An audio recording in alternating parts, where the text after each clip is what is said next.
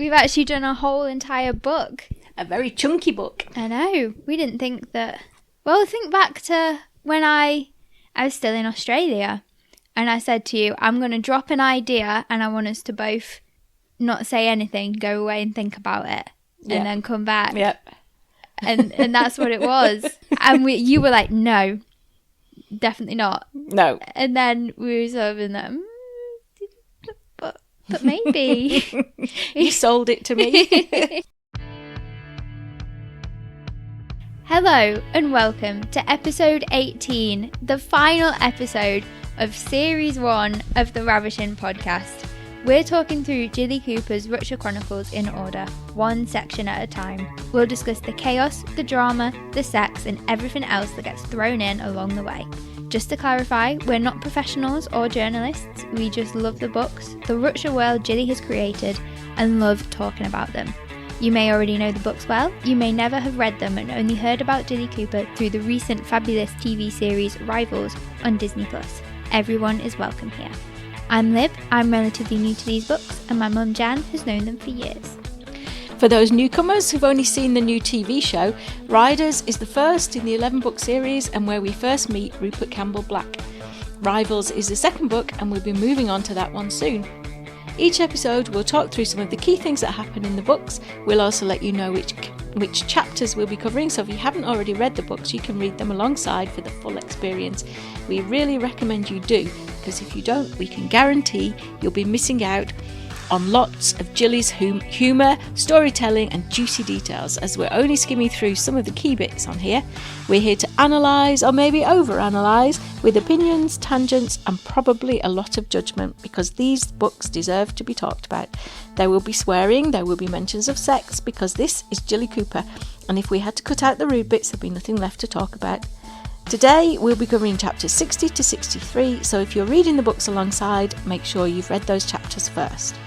Before we get into it, how are you? I'm good. I feel a little bit strange. Obviously, this is not the last episode. This is the last episode of series 1. Yeah. On book 1 of this series of books. And it's exciting. Mum's sneezing. Sorry. You ruined the moment here. It's really exciting, and it's also a little bit weird that we've got to this point, isn't it? It is surreal, but also, fun. We've just been reading the books we love and just chatting about it. Well, what could be better? Yeah, really, at the end of the day, we're just a mother and daughter who love the same books. Yep. And are sitting down and having a chat about them once a week, which is so much fun. And the fact that people actually listen to it it's surreal. Yeah, we love it. Thank you so much. Yeah, and I'd like to extend a very special welcome to everybody here today listening with us to the last episode of series 1, the last episode on Riders. That's right. We have made it to the end of this 63 chapter, 919 page book, and it's time to find out how Jilly Cooper is going to wrap all of this up. A quick side note, at the end of last episode we mentioned we're going to be doing a bonus episode to wrap up the series, so anything at all that you want to share with us, please get in touch. You can let us know opinions, ask any questions. We're open to anything, aren't we? We are. And you can message us on Instagram and TikTok at The Ravishing Podcast. You can comment on any of our posts. You can even comment on podcast episodes on Spotify or YouTube. Or you can email us at theravishingpodcast@gmail.com. We will keep it all anonymous if that's what you want. Yes. Share anything with us, please. And we're planning to take a short break before diving into the next book, but don't worry, because we won't be gone for too long. No. So last episode, we left things on a huge cliffhanger. After being goaded by Rupert, Helen finally let slip that she was seeing someone else, and it wasn't just anyone, it was Jake, the person Rupert hates the most in this big wide world. Rupert rushed straight over to the Olympic Village in search of Jake to do God only knows what to him, but when he arrived he found Jake missing, along with his passport and clothes. but not his riding gear or his family photos. Oh. What's going to happen next? So Rupert's found Jake's bed empty and his drawers empty. So he returns to the Ericsons, the big house that he's staying in, to find police everywhere. So What's going on? When the Ericsons came home to find the aftermath of Helen and Rupert's argument, you know, I think tables being turned over and stuff, Things and obviously thrown around. Helen's clothes are all gone and cash is missing. They assumed they'd been burgled and called the police. What a pair of fools! I know. Not the Ericsons. Rupert and Helen. Yeah. So Rupert, finding Helen gone when he returns, immediately knows what happens, and he pours out the entire saga to the Ericsons. And perhaps luckily for Rupert, they don't seem too surprised at all, which I think stops Rupert from spiralling out of control. Because if you have this crazy dramatic story and you come to someone and pour it all out and they go, oh my God, this is insane, you're going to lose your mind. But if they go, all right, okay. You can see that one coming. You're going to be like, oh, maybe it's not that bad. So, you know, I'm glad he's staying sane. Yes. So we all suspected that Helen and Jake had run off together, but this is the confirmation, isn't it? They've disappeared. They've gone off together. How are we feeling about this development? Have we taken a side? Well, definitely not Jake's. If it's not Jake, it's going to have to be Rupert's. Well, but I kind of feel, well, you've got your comeuppance there, Rupert. Somebody's done the dirty on you after you being so bad all this time. Yeah, you're not wrong. You don't kind of like it now. Yeah, so I'm not on anybody's side. Okay, she's I'm neutral. on Tori's side. Yeah, I'm on Tori's side. Do you think if the Ericsons had reacted differently, that Rupert might have sort of had quite a hard time holding it together? Because he is quite a stoic person, but this is huge. Yeah, I think there was potential there because obviously he's a bit drunk as well. Yeah, and he's fired up with adrenaline, yeah. And he didn't manage to pour it all out on Jake, and he wasn't there, and he had to drive all the way back. Yeah, he was about to beat someone up, and he didn't get to. No, so he didn't get to take his feelings out in that way, so he's probably feeling quite frustrated. It wouldn't have taken much to try and kind of push him even further, but yeah, I think it's a good thing that they reacted the way they did. Yeah, and they've kept him calm-ish, as calm as he can be. Yeah. So then the next thing that Rupert does is go and call Amanda Hamilton. Of course. His current and main fling at the moment. Shag. But she's become kind of a mentor to him as well. She has, because she wants him to join the party, doesn't she? Yeah, this is the politician's wife he's been seeing. Yeah. And she wants him to join, obviously, the Tory party, because it's not going to be any other, is it? No. She has become sort of a bit of a mentor in a way. And I think she's a little bit older than him as well. Yeah, I think she is. Yeah. Because they've got an older daughter, haven't they? So, yeah. Yeah. So she's encouraging him to pursue his career in politics. She's sort of coaching him on how to grow up a little and start thinking about the future. Mm. And perhaps, again, luckily, when he calls Amanda, he actually gets her husband, Rollo, who is sort of a friend. He obviously doesn't know that Rupert and Amanda have been sleeping together, but he is sort of a friend as well, because he met both of them at the same time. And that forces him to remain even more in practical mode, because he was hoping to pour everything out on Amanda, but now he's got Amanda's husband. He's like, right, no, seriously, keep it together. Yep. And how do you... I've been saying Rollo, but you said Rollo. Rollo. Yeah, I think it's Rollo. It's Rollo. Yeah, Rollo. But neither of them are names, are they? Yes! Rollo's a name. Is it? Yeah. Especially, amongst the posh people. Yeah. Okay. I wouldn't know. Okay, Rollo says that he and Amanda will go and get Rupert's children straight away, and they'll keep them safe. They'll take them up to their house in Scotland with them. So the children are with friends of Rupert. Yep. Key information, and they're safe. Yep. He then rings his secretary and freezes all his cards because Helen had taken them, and he calls the bank to stop all checks. So he's really very much got his affairs in order, hasn't he? Yep. And Helen isn't getting her hands on his money or his children, clearly. He's made sure of that. But that was always going to be the case, isn't it? We knew that. We knew that was going to happen. Are we surprised to see him being so practical? Because we've definitely seen his temper get the best of him many times. And it really hasn't now. He's really being quite practical, isn't he? Well, there's less alcohol now, obviously. Yeah. But also, I think this is his way of revenge. He can't take his revenge out on Jake by thumping him. Yeah. So it might be a practical thing, but it's also a vindictive and horrible thing that he's doing to Helen, cutting off all the money, taking the children away. Yeah. So I think it's a bit more than practical. I guess it's those sort of two sides of Rupert where you've got this like hot-headed, fly off the handle temper. Yeah. But then you've also got that other side which is sort of like the cold, vindictive, calculated. Yeah. Yep. And we've just seen both in one night, haven't we? We have. If he hadn't managed to stay so calm, do you think things could have turned out differently here? Yeah, because I think he would have. Well, he would have been trying to chase around, focusing on where's Jake, where have they gone? But instead, he's focused on this, and which is good because he would have gone insane the other way because he's not going to find them, is he? I feel like in terms of public opinion as well, this is probably the option that's going to make him come out better from this situation, if that makes sense. Yeah.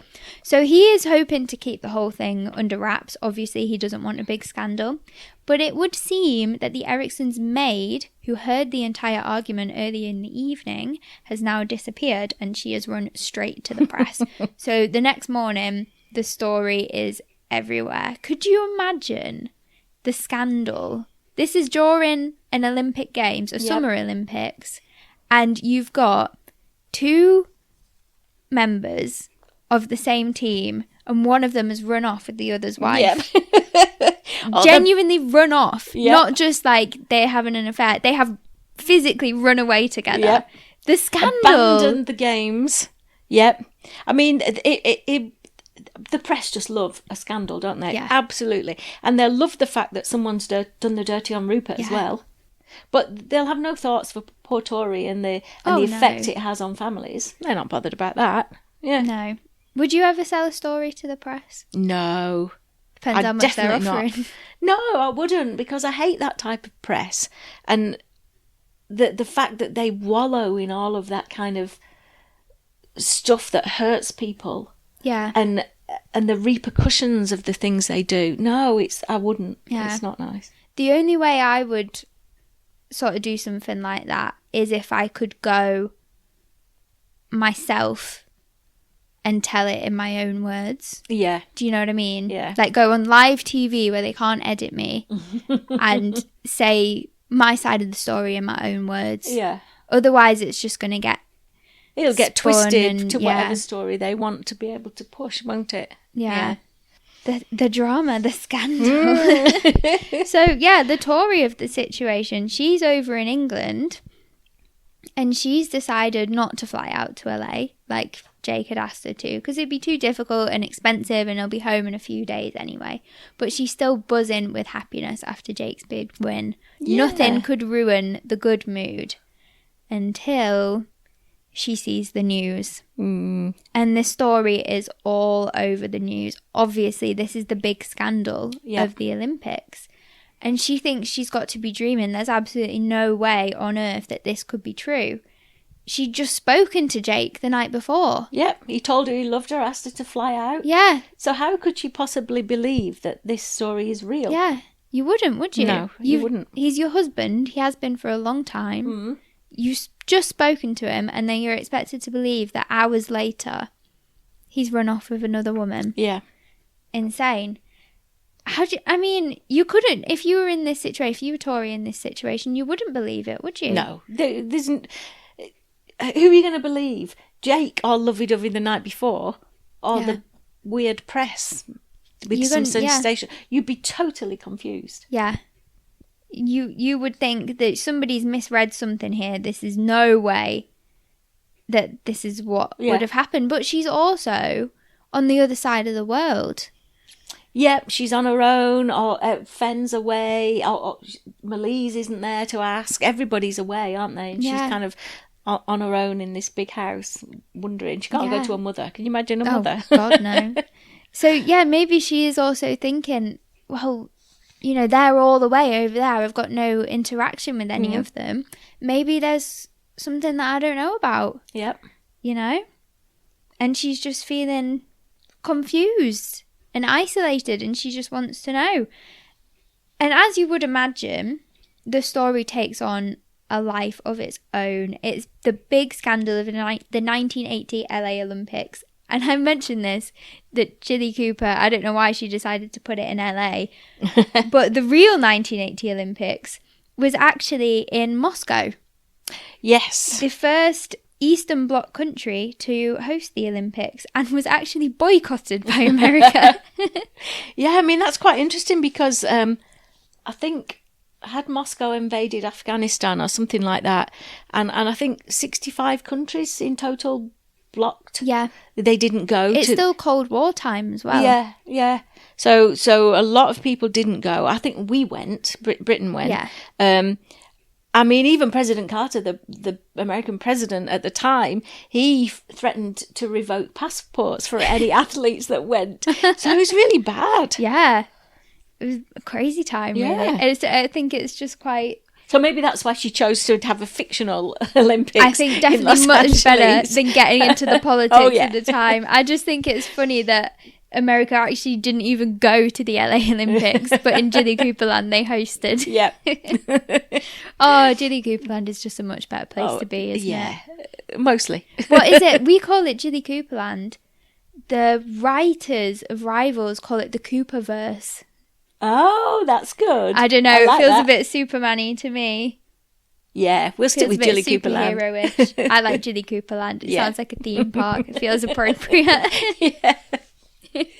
So the world is obsessed with this story because the world is watching. Yeah. And they know about it. And rumours are flying left and right. And all eyes are on the rest of the British team to see how they're going to handle this. Everyone, despite loving the drama, is convinced that Jake is going to be back for the team event. There's no way he would let his country down and not turn up. What do you think? Well, I'm hoping he's beginning to regret it and that he does turn up. But you'd really have to put your pride to one side to turn up in that situation, wouldn't you? And that's a big thing with the world watching. Yeah. Yeah. I feel from what we thought we knew of Jake, we would have said without a doubt, yes, he wouldn't let them down.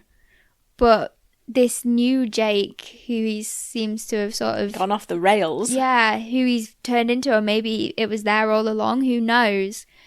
I'm not sure what he's going to do. No. But I know that it would be tough to come back.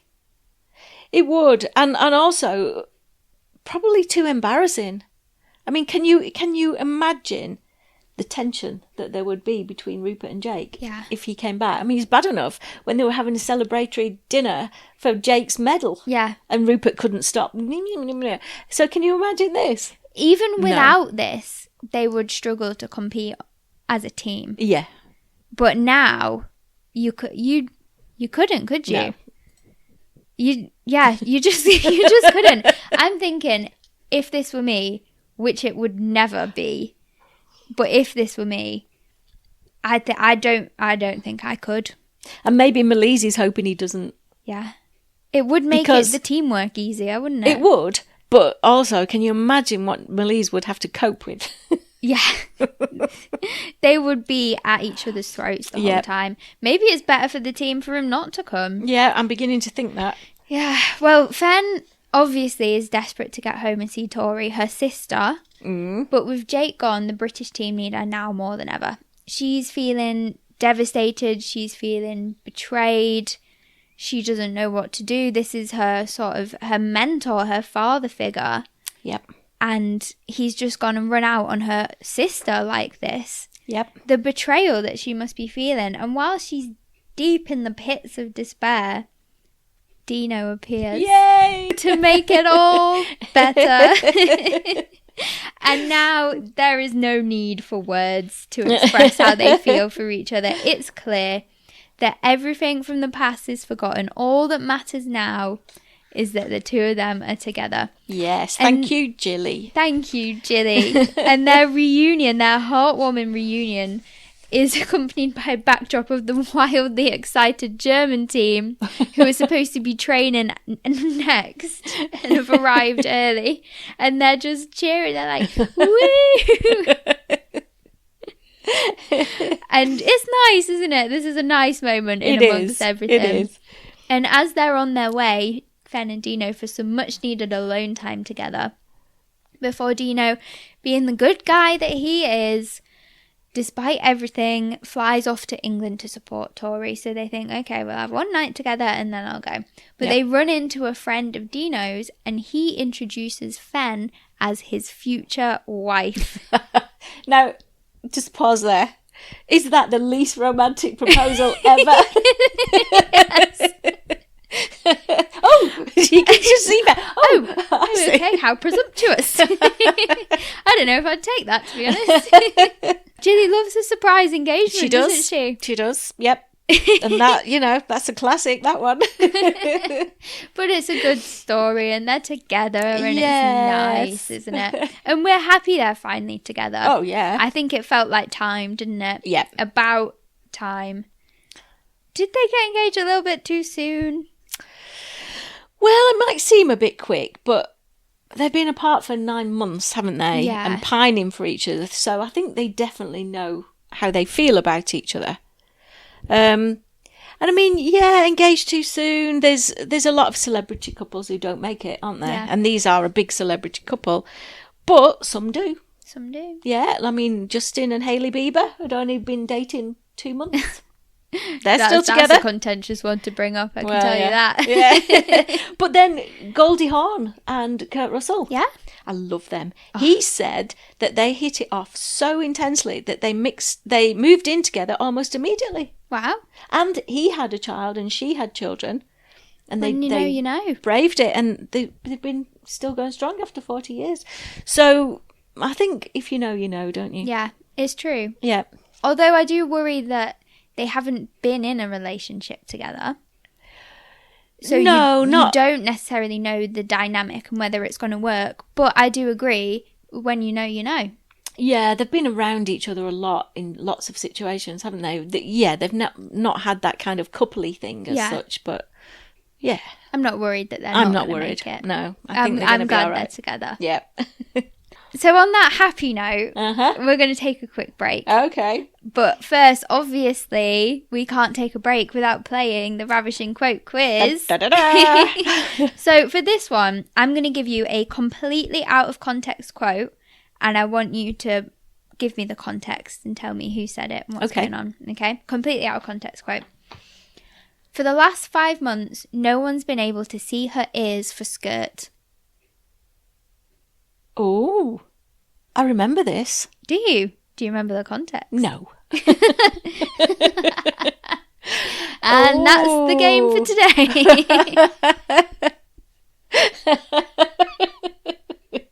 I'm going to think about it, though.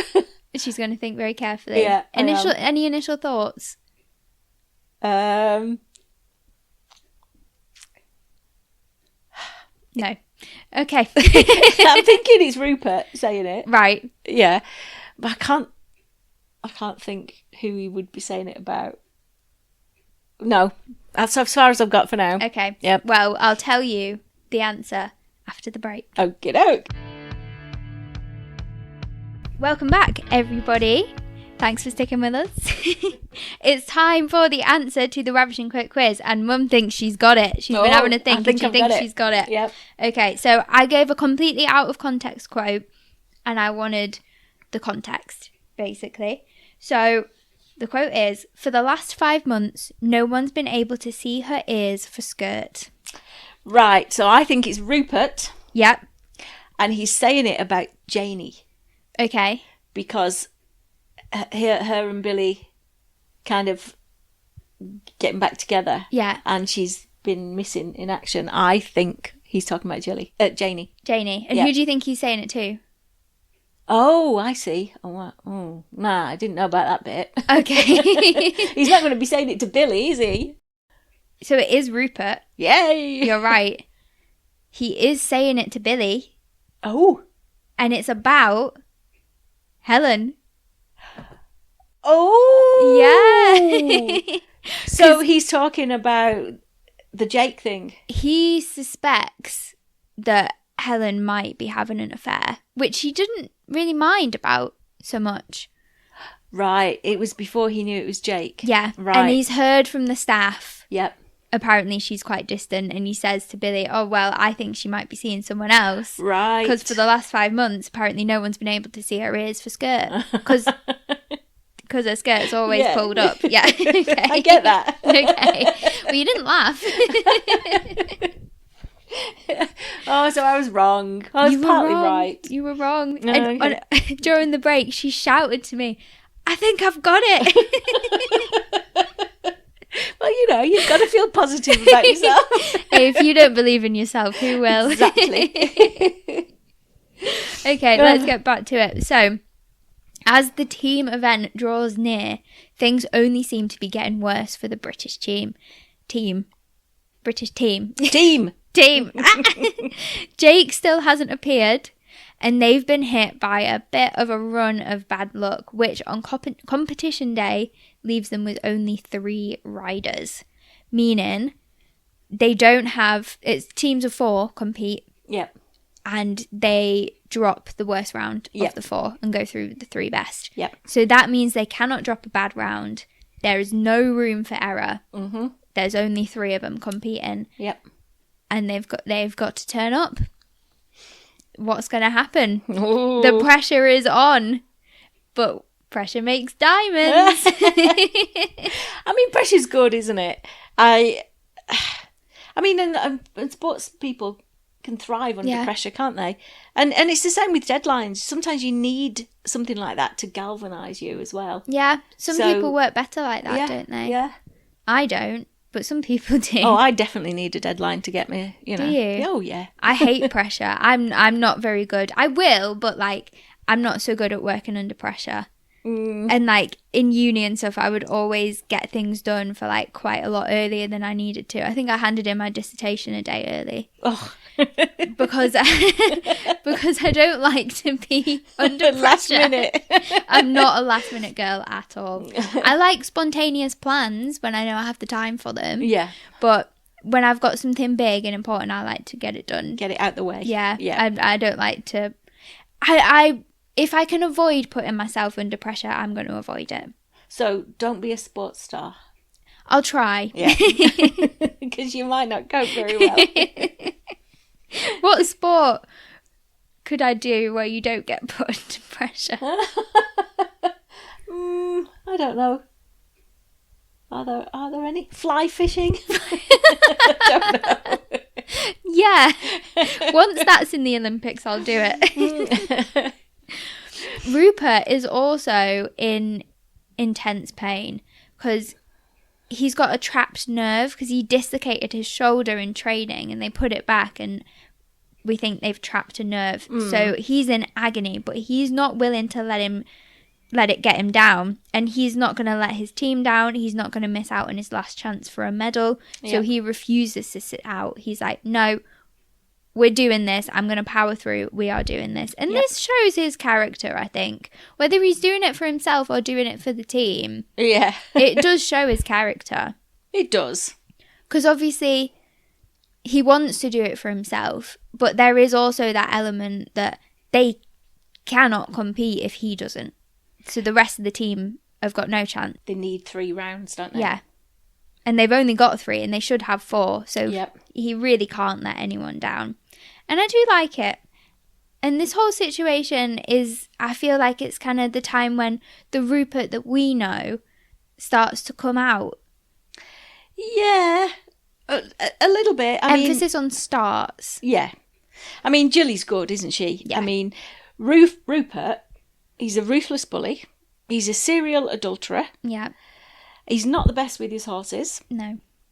But suddenly, she makes us start to root for him. Yeah. And his morals haven't changed. No. All that's changed is the circumstances. It's funny, isn't it? She's a genius. She is. Suddenly it's, we hate Jake. Come on, Rupert. Yeah. Do you remember at the beginning when you were saying it's Jake? It's Jake or bust. Yep. You love Jake. Love Jake. No. It's Rupert. Here you go. She's done it. I'd love to know. Because I feel like I know so much about the whole universe of these books now. Yep. And it's been quite a while since I read the first one. I'd love to have an up-to-date opinion from somebody who's reading the books for the first time and hasn't done the rest of the series yet. Oh, yeah. Of what they think of him. Yeah, what they think of Rupert, really. Because I don't know at what point I started to like him. I think I kind of liked him a little bit all the time, but there were so many elements of him I didn't like. Yeah. It's tricky, isn't it? So, you know, the way... But then it's of its time. It is very much of its time. So a lot you have to overlook some of the way of treating women or his attitudes to things.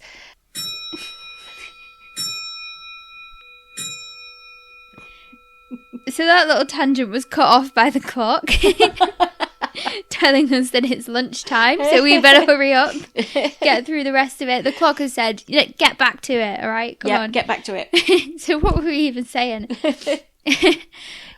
Despite all the odds being stacked against them, Rupert, Fenn and Ivor, who are the only ones left from the British team to compete, feel more like a team now than they ever have. They're the underdogs of the competition, undeniably. It's always a good position to be in. They're surrounded by scandal. They're a team member down. All eyes are on them. And somehow, they win the gold. Woo!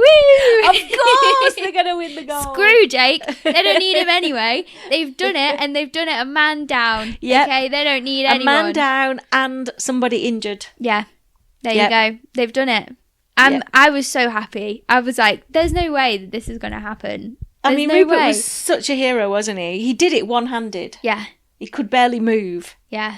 In just like intense pain. Yeah. So good on him. Yeah. Good on him. Good on the team. Yeah, they all did brilliantly. I'm so proud because Fenn was in emotional turmoil. She didn't get to compete in the individual either. So this was her only shot at a medal for the whole game. Yep. And her father figure has just abandoned them. He's just abandoned them, run out with the wife of another show jumper and abandoned her sister and abandoned her, and it's all so much, isn't it? But they've done it. They've done it anyway. Screw Jake. We don't fucking need him anyway. Oh dear. So Rupert is far more emotional after the win than we ever really thought that he was capable of. And he shares this really nice tender moment with Melise. Yep. Clearly Melise sees Rupert like a son and Rupert sees Melise like a father. I think we've said this before. We've always kind of seen that, haven't we? And I really like it. And after this, Rupert knows he's probably not going to be competing again for much longer.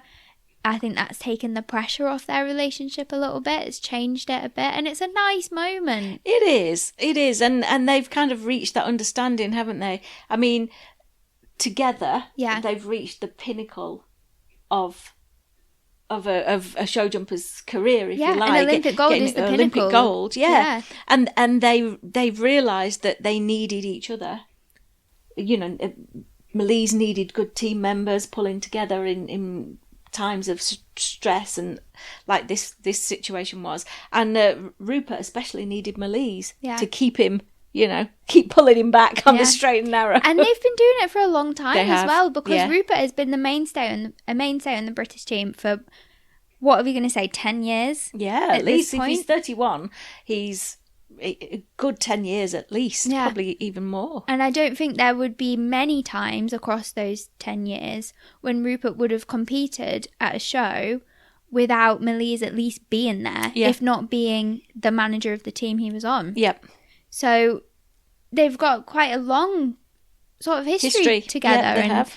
Clearly there is a sort of father-son dynamic going on. And yeah, it's a nice moment because this is a huge achievement for the both of them as well, isn't it? So yeah, it's nice. It's nice. We need nice. And at the press conference after the big win, Fen insists on thanking Jake. He's taught her everything she knows. He trained the horse that she won on, the horse that won silver with Jake and gold just now with her. Yep. And Rupert thanks him for taking Helen off his hands. The scandal's lost its edge. Yes. It's come to a bit of a fitting conclusion, and I think it's very obvious who's come out on top in this situation, isn't it? I still keep bringing it back to, like, what if this was real? What if this happened now? And you heard this whole story, and then you saw that the ravaged team, the ones that had been left behind, gone and won the gold together. It's such a good story, isn't it? It is. It's like a fantastic... It's what Olympics and sport is all about at its best, isn't it? People the stories. Pulling together in adversity. So, yeah. Good on them. Good on him. Was Fen right to speak of Jake so positively? Yeah, she was. I mean... She didn't say anything that wasn't true. No. I mean, his 2 horses won gold and silver. His one horse. It was the one... Oh, his one horse. Yes, same horse, won gold and silver. And she's worshipped him for a long time. And she knows that without him, she wouldn't be where she is. Yeah. So she's obviously heartbroken about everything, but she's not going to turn on him at that moment, is she? No. When she knows she owes it all to him. And it's a big sort of decision to speak out about him in the press conference with everything that's been going on. But I think it was the right decision. I think it was. Yeah, like I said, she didn't say anything that wasn't true. Yep. Did she? So... as the British team now get busy celebrating, Jake is in a scruffy motel near the airport watching the whole thing go down on TV. He's running out of money quick. It's only been a few days as well. And his life with Helen so far isn't turning out quite as he had hoped. Oh, shock, horror. Oh, I'm so incredibly sad for him. Except that, no, I'm not, because it's what he deserves. So he's not blissfully happy having run away with Helen. Do we think he's starting to feel as though he's made a mistake and maybe wished he'd never even gone down this road in the first place? I think he might be. How must it feel for him watching that, thinking I should have been there? This is his own stupid fault, isn't it? And he also says that Helen must never realise the huge sacrifice he's had to make, or she'd never forgive herself. Oh, poor thing. Really? Do you think she would care? No. No, of course you wouldn't. And this is how he thinks. And you think, you're just delusional, Jake. Yeah. She's not that person. She's not.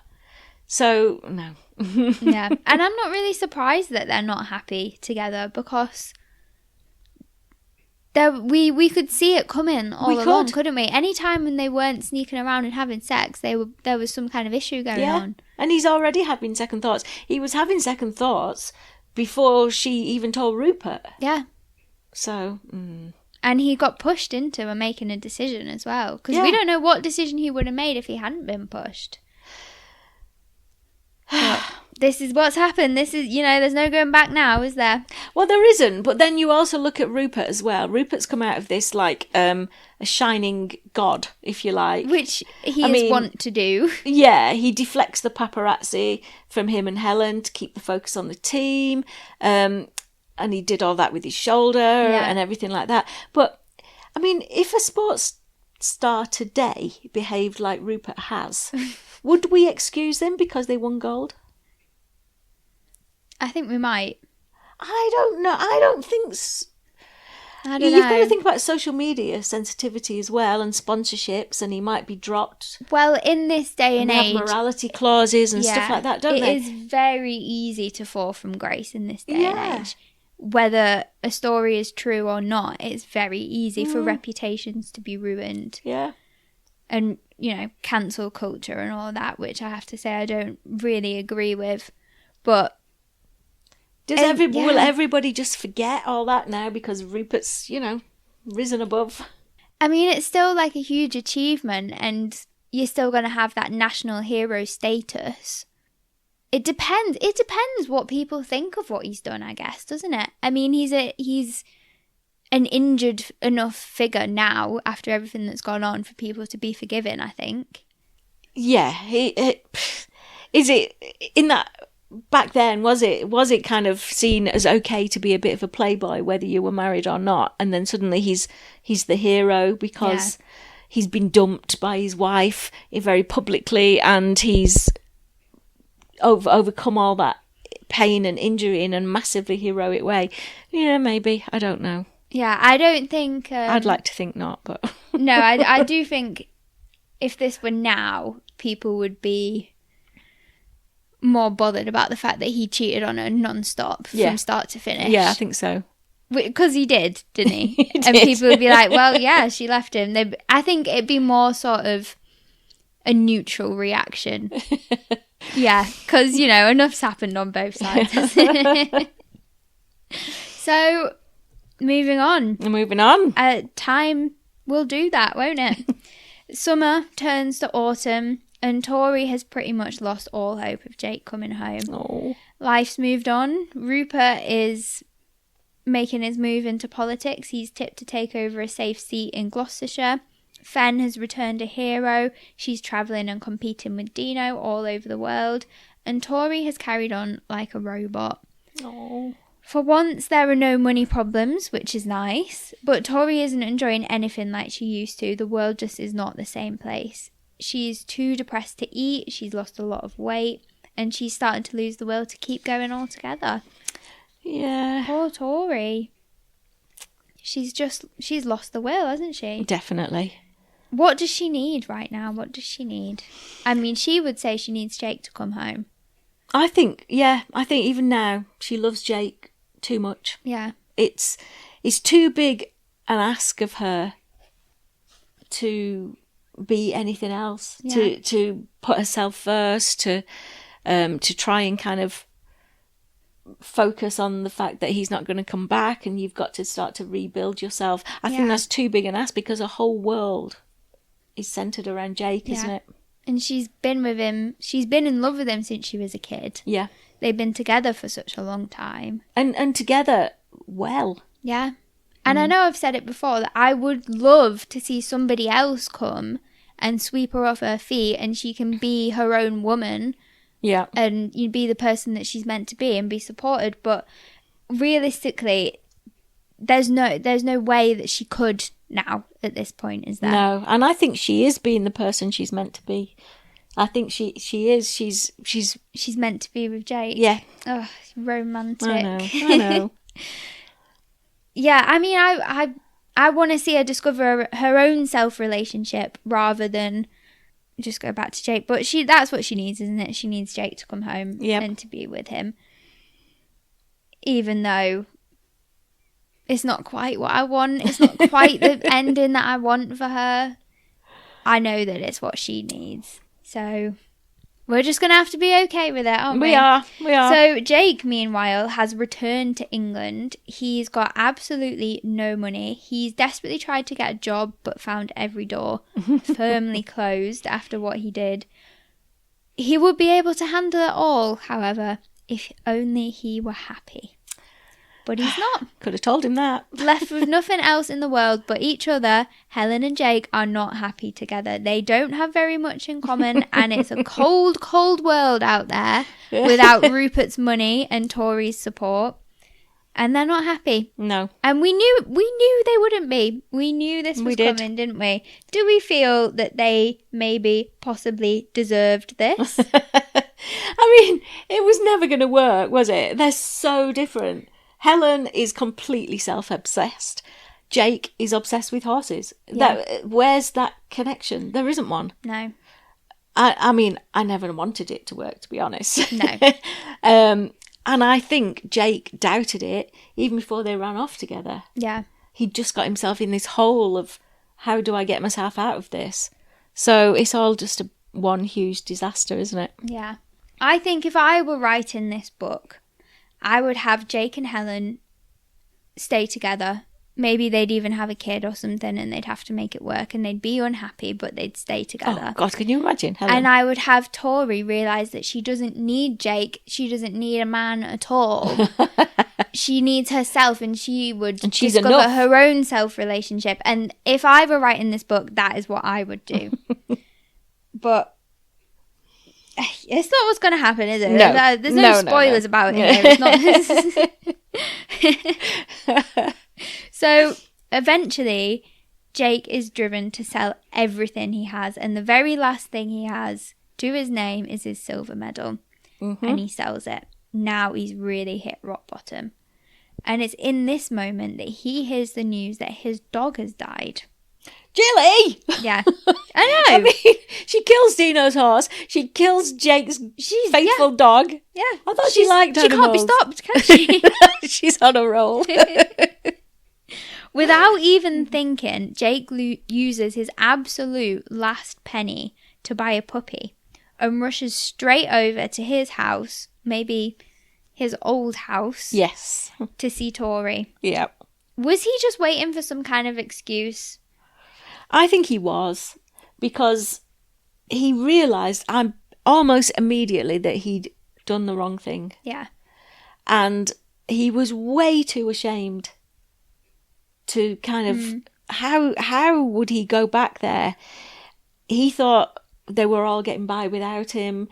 They'd written him off. They didn't need him. Yeah. Tori, Fen and Dino are They don't need him. They don't need him. Tori deserves better. Ugh. So I think that this was a good excuse for him. Yeah. I would have preferred to see him go back without needing an excuse. But he's so low. He's so down. And he does believe that they're fine without him, doesn't he? He does, yeah. Yeah. All Not right. in a, it's okay, what I've done is okay because they're fine without me. It's, oh my God, I've made such a mess of my life. How can I ever go back to them? They don't want me anymore. It's that kind of, they're okay without me kind of thing. Yeah. Well, there you go. So he's going back. He's going to see Tori, puppy in hand. Yep. Puppies. How great are puppies? Puppies. Oh, they're irresistible, aren't they? Who doesn't love a puppy? They cure most ills. Do they wee on you?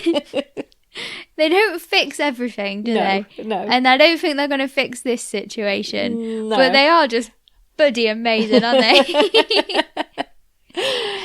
Full of life and energy and adorable. Yes. I love it. But, puppies are not just for Christmas. No, they're not. We can't just get a puppy just because we want one. Well, we can. We can. Shall we? No. No, I can't wait until I can finally get my own dog. And hopefully I can have no puppy. Moving on. Moving on. When he arrives, he finds the house empty. And when the phone rings, on instinct, he answers it. Yep. And on the other end of the phone, it's Melise, who is equally surprised and furious to hear Jake's voice. And rather angrily, Melise tells him that the house is empty because Tori's in the hospital. Trigger warning, Tori tried to kill herself. Yeah. And that really hits Jake hard. Yep. Obviously, this isn't what we wanted from Tori. I'm a bit of a broken record. I wanted her to discover herself and realise that she's enough and she doesn't need Jake. Yeah. But at the very least, I wanted her and Jake to get back together. I did not want this. No. And Jake should be feeling fucking awful. He should be feeling so bad because this is his fault and his fault alone. Well, he does feel that though, doesn't he? He does. He does. He takes full responsibility. He's absolutely devastated. Yeah. Yeah. And what do you think that this could mean now for Jake's decision making and his future and Tori's future and Helen's future? Well, I'm hoping it gives him the absolute jolt to realise that what these niggling doubts were in your head that you should have reacted on, they're true. Yeah, they were, those doubts that you were having were genuine feelings real. for Tori. Yeah. And there you go. She's been taken away. Yeah. He doesn't waste a moment in rushing to her side, and he refuses to leave her side. Yeah. Ever again. only now does he realise how much he's taken her for granted and how much he really does care for her. And since there's little hope that she'll regain consciousness, he insists on taking her home to her house, their house. Yep. And spends every waking moment by her side and desperately searching for something, anything, that could maybe help her survive. Yep. And as he's leaving the hospital, he tells Melise where Helen's staying and asks him to break the news to her and tell her he's sorry. So that's, that's all Helen gets is a goodbye. He doesn't even have the balls to break up with her himself. I understand he's busy, but come on. No, I mean, he's absolutely devastated. He can't think of anything. He's distraught. He could have written her a letter and sent it with Melise. He's sat by Tori's side all the time. He's absolutely heartbroken. I'm I know what you're saying. saying, but I think she deserved it. She forced Jake's hand. She did. I don't agree with what she did, but I think he could have at least given her a little bit more. He could have written her a letter. Well, I'm sure he would have tried if he had the time, Olivia. Oh, but his wife's dying. I thought you'd gone off, Jake. No, I'm back on Jake now. I just think, how dare he brush off Helen like that, Just drop her like old cheese and be like, no, not interested in you. I think it's bloody rude. No, I was just waiting for him to do that, and he's done it, finally. Yeah, but he could have done it better, all right? No.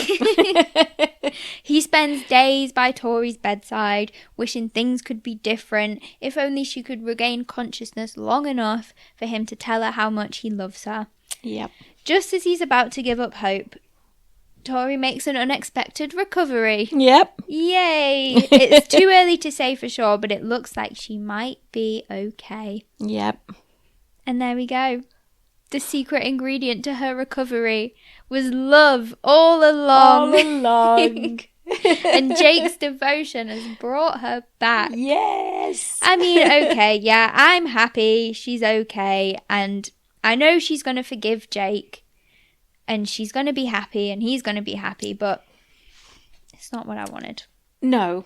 I sense that. Do you? Yeah. I was worried I hadn't made it clear enough. No. I'd got the gist. Can you come back for something like that, though? I mean, I know at a certain point it becomes all too complicated that you do just have to brush it all under the rug. But can you come back from that? I don't suppose everybody could, but, we're talking about Tori and Jake here. Yeah. They're different, aren't they? She loves him so much. He's her whole world.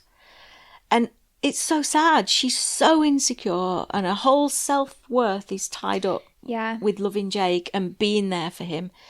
I really think that this would be the best outcome for her, being with Jake. Yeah. I know we want her to be stronger and to find herself, but I think that she would feel that would be staying with Jake. Yeah. Despite what we want. And Jake has also had a huge awakening, hasn't he? He realised in LA how much he loved her, but he got himself into a shitstorm with Helen. So, Jilly tricked us into rooting for Jake at the beginning, didn't she? She did. But his obsession with Rupert almost destroyed everything. I think that's sort of part of it, isn't it? Well, yeah. His obsession with, I guess, revenge. Yeah. But, funnily enough, I know I talk about TV series and, we'll come on to talk about Rivals and the book comparisons in the future. But the Riders TV series, I know I always say, I want them to be true to the book. What's the point of taking... Yeah. Well, in the Riders TV show, Jake and Helen only kissed. Oh. They were photographed by the paparazzi kissing in the car. Right. Yeah. And then all that came out in the press. So Jake was helping, although yes, he'd strayed a little bit doing that, but really he was helping Helen run from a toxic marriage. So he can't bring himself to do anything more with her because he loves Tori. So he told Melise that they'd engineered it, as Helen would never have left Rupert otherwise, and he wanted Helen to be out of that toxic situation. Melise steps in and sorts everything out and finds Helen and the children somewhere to live. And Tori knew everything and played along with it.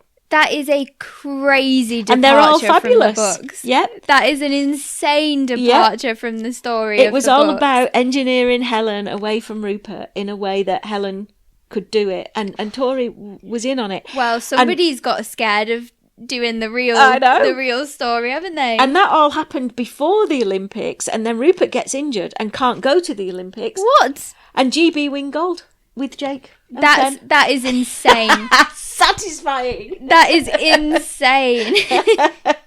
So talk about deviations from the book. Yeah, no, Rivals is perfect. After that is a crazy departure from the book. That is some real artistic license. But that's much more satisfying for me. That keeps Jake the good guy. Yeah, I guess it's you. Well, and this is something that we definitely will come on to. A lot of Jilly Cooper's characters are quite morally grey. A lot of them sit in very much a grey area. Yeah. And it's really hard to do greyness on screen. Yeah. It's really hard. And you sort of, at a certain point, you do have to just make it black and white. Yeah. You know? And I get it from that point of view. I do. But it doesn't stop me being any less annoyed when they do something wrong. No, I quite liked this version. I'm going for this one. Okay, I'm going to forget what happens in the book. You just believe that in your own little head. Okay, and that's fine. Yeah. So now, the epilogue. Oh, yes. Just a little roundup. This is just a little bonus chapter to round up where we're all at. It's kind of like, you know... I love it when they do that at the end of a book. Yeah. Like a year later or 6 months later, and you... Sometimes it feels wrong from like the story that you've had, but you're like, oh, well, that's nice. Yeah, everything's getting wrapped up. You know, like in Harry Potter, the last book, she does that, what is it, 9 years later or 19 years later, whatever it is. Yeah. And I was reading it, I was like, this is weird. This feels really weird. But then I was kind of like, oh, but I am happy. Yeah, we know. I am happy about it. Nice. But it does feel weird. Yeah. And it's that kind of like, you know, at the end of like films like American Graffiti, and they're like, and this guy went off and did that, and then this one went and did this. I'm like, this is just weird. But here we go, you're getting it anyway, whether you like it or not. Rupert misses show jumping desperately, but has thrown himself fully into his political career and decided it might finally be time to start trying to keep his nose clean. Ooh. Billy gets his own episode of This Is Your Life and has decided it's time to seriously cut down on his drinking. I bet you don't even know what This Is Your Life is, do you? I do, actually. Did you Google it? No, I do. It's a concept that I know of. I've never seen it. Okay. But they just talk through his life and all people that he knows. It's nice. It's nice. Tori continues to recover and Jake decides to stop competing and become a trainer instead. Yep. Dino and Fen plan to move to America and run their own yard. And Melise and Helen are spotted at the opera together. Oh, well, there's a surprise. And that really is it. That is not just it for today. That's it. That is the end of Riders, the end of book 1, the end of series 1, but not the end of this podcast. No. How do we feel? How do we feel? Well, I still got the happy ending that I wanted. But I there was a little bit too much trauma and drama along the way. So please, Jilly, can you rewrite the book and do that bit? Do the one they did? Stop it. No, it was brilliant. You know, you've got to have these. You've got to culminate in some kind of drastic awfulness to kind of appreciate. Yeah. The happy ending. And just there's so much drama goes on, doesn't it? And this isn't even the best book in the series. It's not. As we've mentioned before, we're going to be doing a bonus episode to wrap up series 1. We would love, love, love for you to get in touch with absolutely anything that you want to share with us. If you've got a question, an opinion to share, a comment to make, anything, we'll talk about it. We will. You can message us on Instagram and TikTok at The Ravishing Podcast, comment on any of our posts. You can even comment on podcast episodes on Spotify or YouTube, or you can email us at theravishingpodcast@gmail.com. Yep. And did you like the TV version ending or the book? Oh, I would love to know that, to be honest. It's wrong, but I would like to know. So to close out this last episode of Series 1, how about one last game? Oh, go on. Of Rupert or not Rupert? Yep. So this is the moment when Rupert, Ivor and Fen, against all odds, win the Olympic gold in the team event. Right. They're the underdogs of the competition. It's an emotional moment. Rupert's on the podium in disbelief that he's actually done it.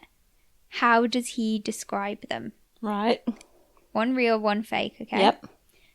Number 1. A fool, a debutante, and yesterday's husband. Yep. Number 2. A moron, a schoolgirl, and a cuckold. I know this one. Yeah. I know this one. It's the second one. It's the second one. A moron, a schoolgirl, and a cuckold. Poor Ivor. And they won the gold. And that's it. And that's it. That's it. Oh. This is weird. But It's not bye-bye. It's definitely not bye-bye. We'll still get Rupert. We'll still get Fen. We'll still get Dino. Yeah.